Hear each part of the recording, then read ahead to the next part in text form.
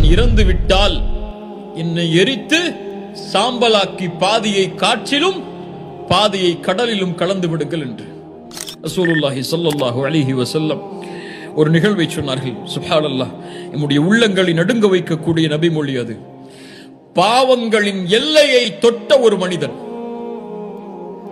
நல்ல செயல்களே இல்லாத அல்லாஹுவை நம்பிக்கை கொண்ட ஒரு அடியான் பனி இஸ்ரவேலர்களுடைய காலத்தில் தான் இறக்கக்கூடிய தருவாயில் தன் பிள்ளைகளை அழைத்தான். நாம் எல்லாம் அறிந்த நபிமொழிதான். ஆனால் சிந்தித்து பாருங்கள், அவர் சொல்லக்கூடிய வார்த்தைகளை. அழைத்தார் தன்னுடைய பிள்ளைகளை அழைத்து சொன்னார், நான் உங்களுக்கு எப்படிப்பட்ட தந்தை, நலவான தந்தை. ஆனால் என் ரப்புக்கு நான் பாவம் செய்வதில் எல்லையை தாண்டியவன். எண்ணற்ற எல்லையற்ற பாவங்களை நான் செய்திருக்கிறேன் என் ரப்புக்கு. அவர் சொன்னார், ஃபவல்லாஹி லஇன் கதர அலைய ரப்பி லயுஅذிபன்னி அஸாபன் மா அஸபஹு அஹத். லஇன் கதர அலைய ரப்பி, அல்லாஹ் என் மீது ஆற்றல் உள்ளவனாக இருந்தால், என்னை உயிர் கொடுத்து எழுப்பினால், அதை ஆற்றலை கொண்டு அல்லாஹ் என்னை தண்டிப்பான். அது போன்ற தண்டனையை யாருக்கும் அவன் கொடுத்திருக்க மாட்டான். அப்படி என்னை அல்லாஹ் தண்டித்து விடுவான்.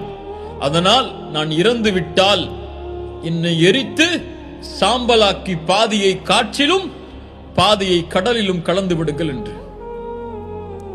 அது போன்றே அவர்கள் செய்தார்கள். அல்லாஹ் ரப்புல் ஆலமீன் அந்த காற்றில் கலக்கப்பட்டதையும் கடலில் கலக்கப்பட்டதையும் அந்த நிலத்தில் இருந்ததையும் அல்லாஹ் ரப்புல் ஆலமீன் ஒன்று கூட்டினான். அவரை உயிர் கொடுத்து அல்லாஹ் எழுப்பினான். மீண்டும் கேட்டான், ஏன் இதை செய்தாய் என்று, ஏன் இப்படி செய்தாய்?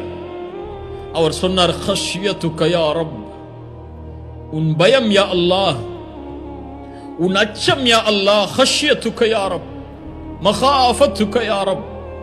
ரசூலுல்லாஹி ஸல்லல்லாஹு அலைஹி வஸல்லம் சொன்னார்கள், அவனை அல்லாஹ் மன்னித்தான் என்று.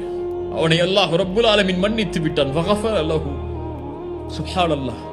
அவன் சொல்கிறான், அல்லாஹ் ரப்புல் ஆலமீன் காதிர், அவன் உண்மையான ஆற்றல் உள்ளவனாக இருந்து என்னை அவன் உயிர் கொடுத்து எழுப்பி விட்டால் என்னை அல்லாஹ் தண்டிப்பதை போன்று அல்லாஹ் யாரையும் தண்டிக்க மாட்டான். ஆனால் அவனுடைய அறியாமை, அவனுடைய ஜஹல் மிஞ்சி விடுகிறது. அவனுடைய அல்லாஹ்வுடைய ஆற்றலின் நம்பிக்கையை விட அது மிகப்பெரிய பாவமாக இருந்தாலும் அவன் உள்ளத்தில் வைத்திருந்த அந்த நம்பிக்கையால், அந்த பயத்தால் அல்லாஹ் ரப்புல் ஆலமீன் அவனை மன்னித்தான். சுப்ஹானல்லாஹ்.